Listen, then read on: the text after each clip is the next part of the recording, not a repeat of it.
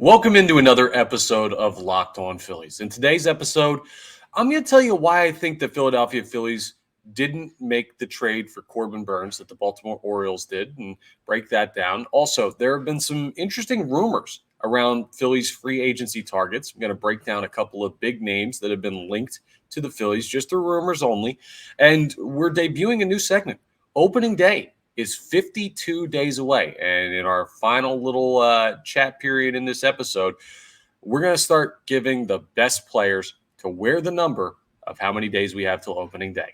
All of that on today's episode of Locked On Phillies. You are Locked On Phillies, your daily Philadelphia Phillies podcast. Part of the Locked On Podcast Network, your team every day.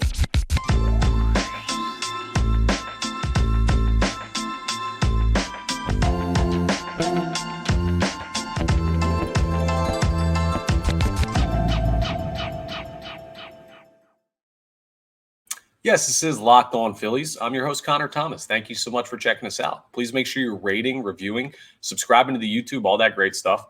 Really helps us out here on Locked On Phillies and the Locked On Podcast Network in general. And we are, of course, part of the Locked On Podcast Network, your team every day. Today's episode is brought to you by FanDuel. Make every moment more. New customers join today and you'll get $200 in bonus bets if your first bet of $5 or more wins.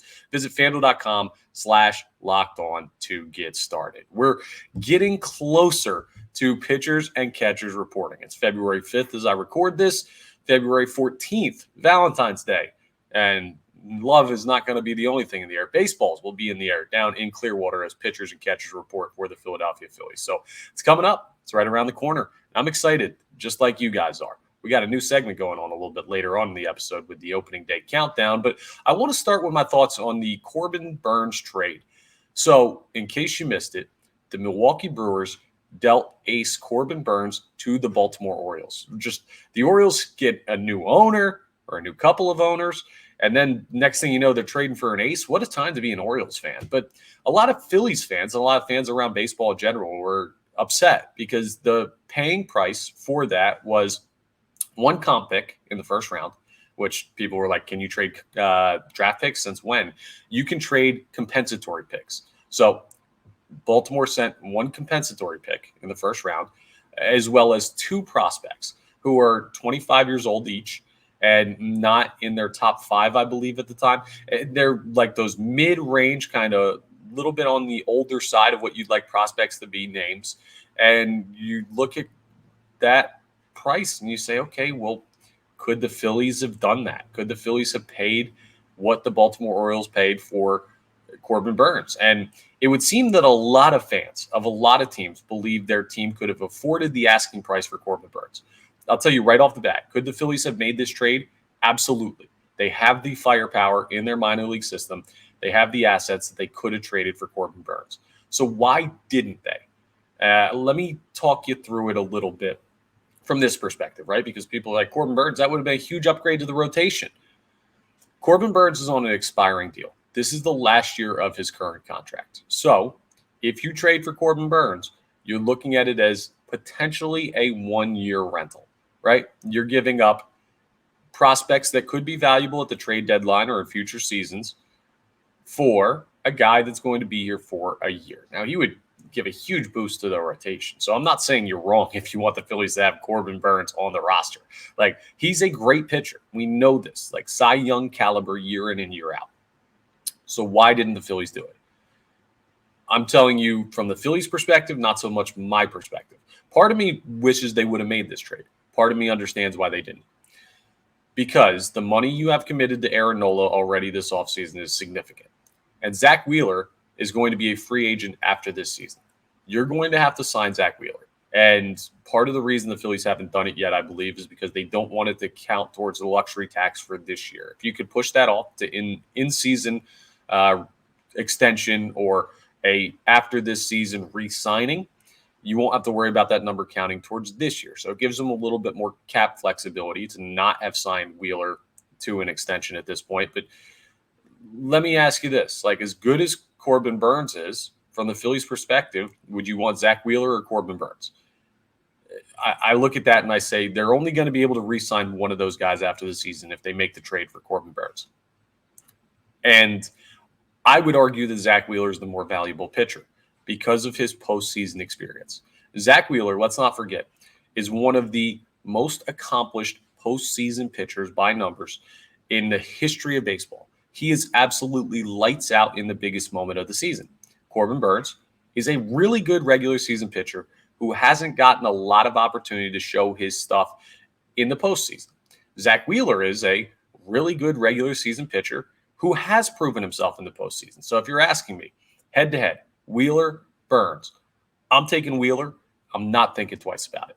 It's close, but I'm going to stick with Zach Wheeler. And I imagine that's how the Philadelphia Phillies would evaluate it as well.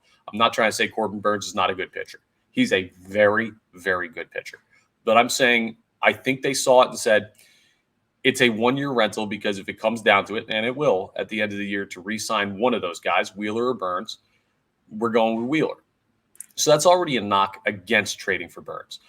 The other thing I think is that the Philadelphia Phillies feel confident in where their rotation is, right?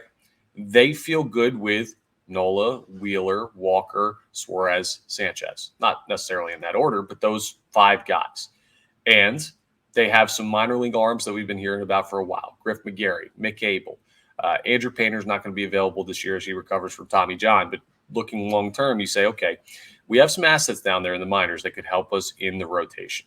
So is it worth it to spend valuable assets? They might not be your number one prospect, but if you're moving guys in the top 10 or 15 of your minor league system, those could be potentially players that you use to acquire someone at the trade deadline. If you make that move, you lose some assets. You restrict yourself a little bit at the trade deadline. Here's what I think, right? These before the season trades are for teams that feel that they need to add. The Philadelphia Phillies, what have they told us all offseason by their inactivity? They don't think they need to add anything significant. And I agree with them. They're very close to where they want to be, which is hoisting the World Series. Went 2 years ago, NL championship game this past year, or championship series this past year. They're right on the cusp. And I think they want to see what this team has before they make any big moves. And to see what this team has would be to play the first couple months of the season, get to the trade deadline, and then see who else is available.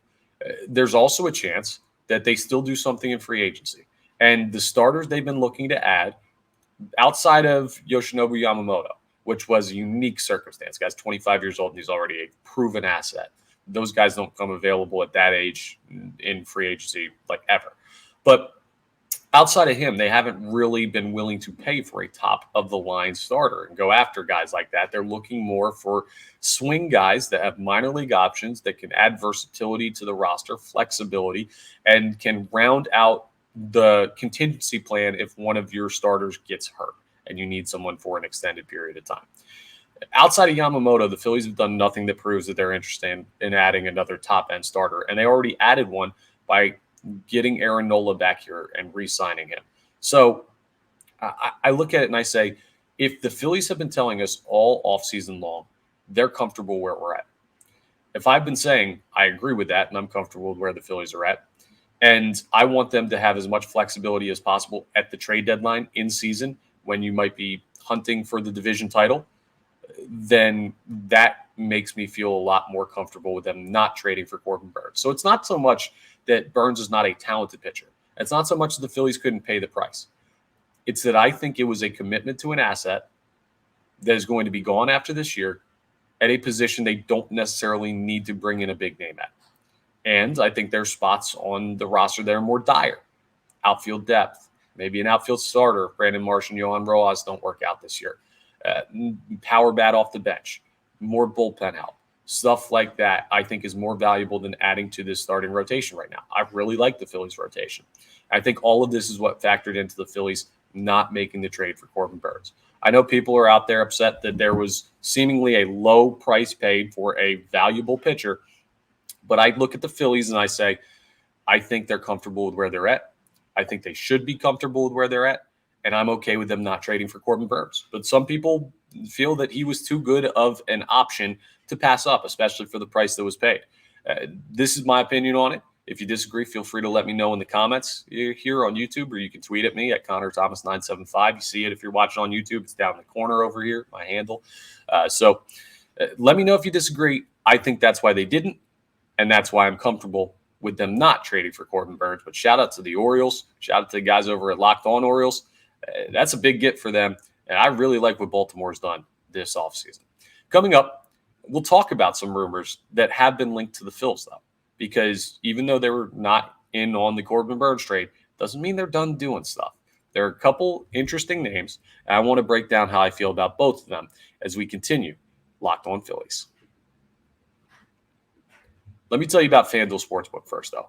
If you're like me, Super Bowl Sunday is all about scoring the best seat on the couch, grabbing your favorite football snacks, and placing some super bets. I mean, it's the Super Bowl. You got to celebrate it. And FanDuel, America's #1 sportsbook, is the best place for you to do just that.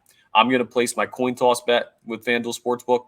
I haven't decided what it's going to be yet, but listen, they've got the Gatorade color, the first touchdown score, kickoff out of the end. You can't even imagine all the bets FanDuel has on the Super Bowl. So not only can you bet on who will win the Super Bowl, here's some examples.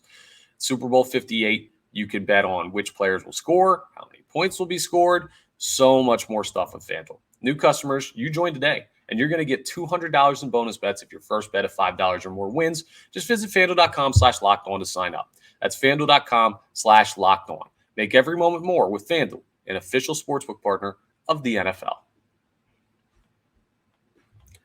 So there were some rumors circulating recently about free agents that have not yet been signed. So the initial thought with Cody Bellinger was that he was going back to Chicago, but a couple of league executives or front office members have said that they could see the Phillies as a dark horse team for potentially Cody Bellinger.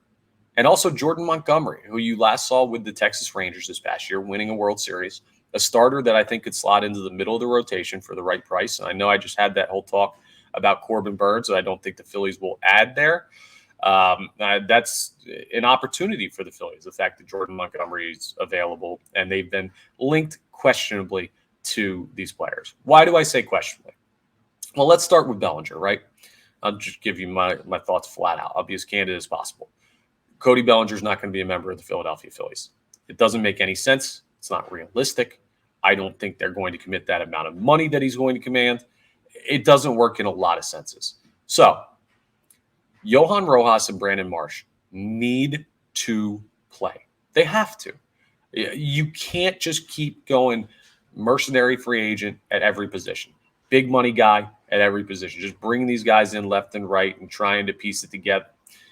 Eventually, you're going to see Kyle Schwarber playing a different uniform. Nick Castellanos playing a different uniform. JT Realmuto playing a different uniform. Zach Wheeler potentially, if he does not re-sign, could be in a different uniform as soon as next year. There are some guys, this era of Phillies baseball has maybe 1 or 2 more years before guys start getting moved again, where you're pretty much locked into what this roster has. And part of the contingency plan is figuring out if Rojas can play at the major league level, if Marsh can be an everyday player, and I'd have him in left field. And you're not going to figure that out if you bring Cody Bellinger to start over them. Like, you're just not. If Cody Bellinger signs here, Marsh is going to play center or left or right or wherever, and then Rojas will probably be in AAA. They're not going to keep him on the bench, and you're blocking guys that I think the team is really interested in figuring out what they have. Would Cody Bellinger be a nice addition? Sure.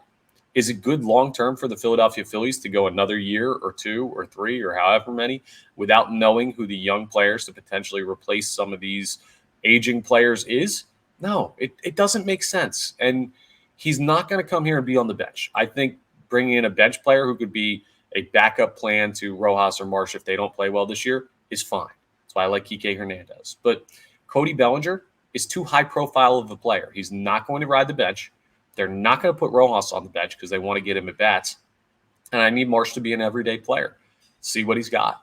It just doesn't remotely make sense to me to commit an amount of money to Cody Bellinger to come here and play. Like, I don't see it. It doesn't fit with the philosophy that the Phillies have been demonstrating this offseason.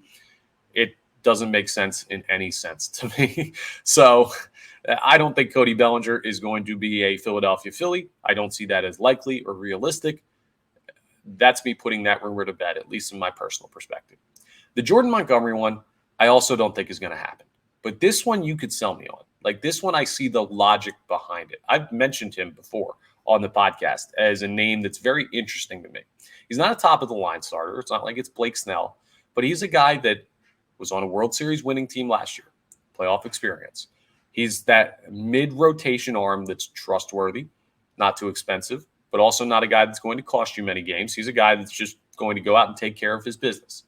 Nothing crazy flashy. I think he's a guy that would really, really fit in well with this team and fit in well with this rotation. And then what you do if you bring him in is Christopher Sanchez would be in a position where maybe you'd move him to the bullpen. He'd be available as a swing starter, just like Matt Strahm was this past year. You solve a spot in the rotation.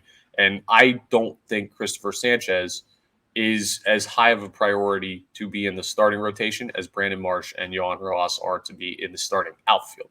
I like Christopher Sanchez a lot. Maybe Walker goes to the bullpen. Maybe Suarez goes to the bullpen. I don't know. But you can move those guys easier than I think it is to move the outfield guys we were talking about before. So I look at that and I say, I could see Montgomery. He's a mid-price guy. Bellinger, high-price guy. He could slot in and start and not really block anybody you're concerned with. Bellinger couldn't do that. And Montgomery has that winning pedigree from just this past year. That's valuable too. Not that Bellinger hasn't been on good teams before, but just you get what I'm saying. Like there's a proven winner that had Jordan Montgomery on him on that team last year. And we know that the Phillies, right, they went in on Yamamoto. They tried to, got outbid. They were looking at other bullpen arms. You'd get another one with Christopher Sanchez or Ranger Suarez moving if you made the move for Jordan Montgomery. So it seems to align more with what the Philadelphia Phillies have told you by their actions that they'd be interested in. Starting pitching is a place that they're not comfortable. Now, I don't think they'll commit to a starter like Jordan Montgomery, but I don't think they're going to get an outfielder at all. I think they're going to bring in someone else who could start. It'll just be someone maybe on a minor league deal, or they'll call up one of the guys from the minor leagues to be a swing starter if they need to due to injury. You could sell me on the thought process behind Jordan Montgomery. I don't think it's going to happen, but I believe the idea more. The Bellinger thing is a non-starter for me. It doesn't make sense. It doesn't have a fit for the team. He's a really good player.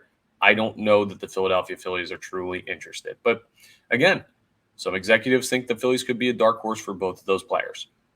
They're kind of laying in wait. Part of me thinks this way, right? Part of me thinks that people are getting antsy that Dave Dombrowski's been so quiet. And we're getting into a zone of, okay, Dave Dombrowski's always aggressive. He hasn't done much this offseason. The Phillies are going to be dark horse candidates for everybody now because other executives expect them to make a move. Everything I've been hearing about Dave Dombrowski's demeanor is that he is calm and cool and as relaxed as he's ever been for an offseason for some people that have known him a long time.